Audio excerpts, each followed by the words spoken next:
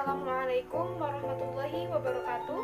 Yang saya hormati dosen pengampu mata kuliah Perekonomian Indonesia, Bapak Anasril Kambut, SE, MM. Puji dan syukur saya haturkan kepada Tuhan Yang Maha Esa karena atas rahmat dan karunia-Nya berupa kesehatan sehingga saya dapat membuat video ini. Saya Tasya Lydia Irawan dari kelas 03 SAKP 009 yang pada kesempatan kali ini akan mempresentasikan tentang materi yang berjudul Sarjana Kok Pengangguran. Langsung saja ini materinya. Sebelumnya, mari kita ketahui terlebih dahulu apa itu sarjana dan apa itu pengangguran. Sarjana adalah gelar akademik yang diberikan kepada seseorang yang telah menuntaskan program pendidikan sarjananya. Dan apa itu pengangguran? Pengangguran atau tunakarya merupakan istilah yang diberikan kepada orang yang tidak bekerja sama sekali atau orang yang sedang mencari pekerjaan. Pengangguran juga dapat diartikan sebagai sebuah situasi ketika seseorang tidak memiliki pekerjaan. Pengangguran merupakan golongan dari angkatan kerja yang belum melakukan kegiatan yang dapat menghasilkan uang. Lalu, apa hubungan di antara keduanya? Kurang lebih selama 4 tahun mengenyam pendidikan di bangku kuliah untuk mendapatkan gelar sarjana bukanlah satu hal yang mudah. Terlebih orang-orang selalu memandang ketika gelar sarjana telah didapatkan, maka peluang untuk mendapatkan suatu pekerjaan akan semakin mudah. Namun pada kenyataannya, menjadi sarjana tidak menjamin seseorang terhindar dari menjadi seorang pengangguran. Mendapatkan sebuah gelar yang hanya menggenggam selembar ijazah tidak dapat menjamin kemudahan dalam mendapatkan suatu pekerjaan.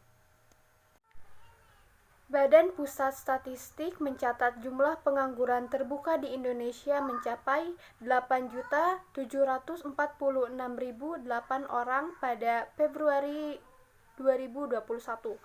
Jumlahnya meningkat 26,3% dibandingkan periode yang sama pada tahun lalu. Dan sarjana yang menganggur mencapai hampir 1 juta orang pada Februari 2021. Terdapat berbagai faktor yang menyebabkan banyaknya pengangguran bergelarkan sarjana di Indonesia. Yang pertama ada faktor eksternal.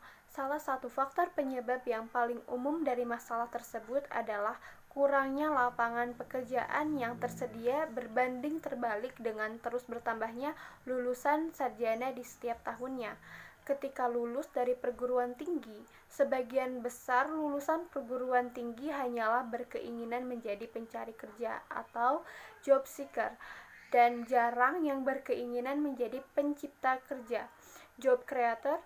Hal ini dapat dikatakan sudah menjadi paradigma dan kebiasaan dari para lulusan yang menginginkan kemudahan dan menghindari risiko kegagalan.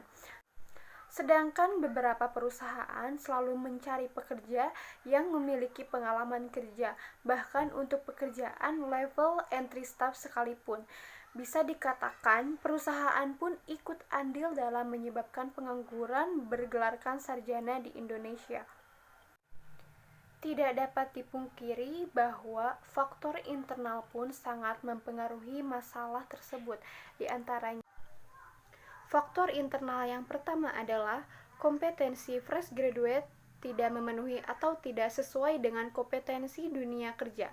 Yang kedua, kompetensi fresh graduate memenuhi standar kompetensi dunia kerja namun kalah bersaing dengan kandidat yang berada di bawahnya.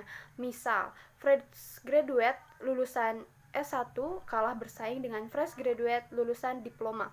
Yang ketiga, fresh graduate kurang pergaulan, kurangnya informasi yang diterima tentang lapangan kerja yang tersedia.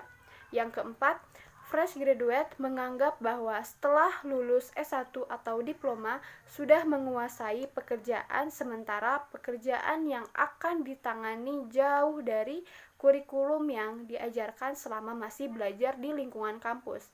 Dan yang terakhir, fresh graduate tidak mau meningkatkan kemampuan diri selama masih belajar di lingkungan kampus. Itulah beberapa faktor yang menyebabkan banyaknya pengangguran yang bergelarkan sarjana di Indonesia. Stigma sosial bahwa orang yang berpendidikan tinggi harus memiliki karir yang cemerlang terkadang membuat kita merasa tertekan.